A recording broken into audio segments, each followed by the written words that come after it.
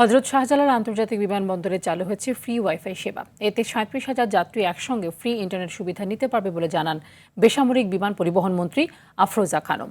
রোববার দুপুরে বিমানবন্দরে ফ্রি ওয়াইফাই সেবার উদ্বোধন শেষে তিনি কথা বলেন। মন্ত্রী বলেন, যাত্রী সেবা সহজ করতে বিটিসিএল এর মাধ্যমে এই ইন্টারনেট সেবা দেওয়া হচ্ছে। ঢাকা সহ ৮টি বিমানবন্দর ও ৬টি ট্রেন স্টেশনে একযোগে ফ্রি ইন্টারনেট সেবা চালু করা হয়েছে। কিছুদিনের মধ্যে বিমানবন্দরের 3rd টার্মিনাল এই সেবা চালু করা হবে বলেও জানান তিনি।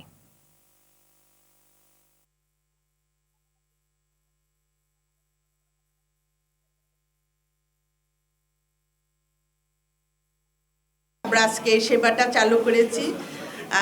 আশা করি আগামীতে আরও আমাদের যে ইশতেহারে যেসব সেবা দেওয়ার জায়গা আছে সেগুলো আমরা দিয়ে যাব। আপনারা দেখছেন আমাদের মাত্র 2.5 মাসের মতন আমাদের এই বর্তমান সরকারের সময়সীমা পার হয়েছে। এই 2.5 মাসের মধ্যে আপনারা দেখছেন আমাদের মাননীয় প্রধানমন্ত্রী যেসব প্রতিশ্রুতি দিচ্ছেন প্রত্যেকটা কাজে উনি করে যাচ্ছেন।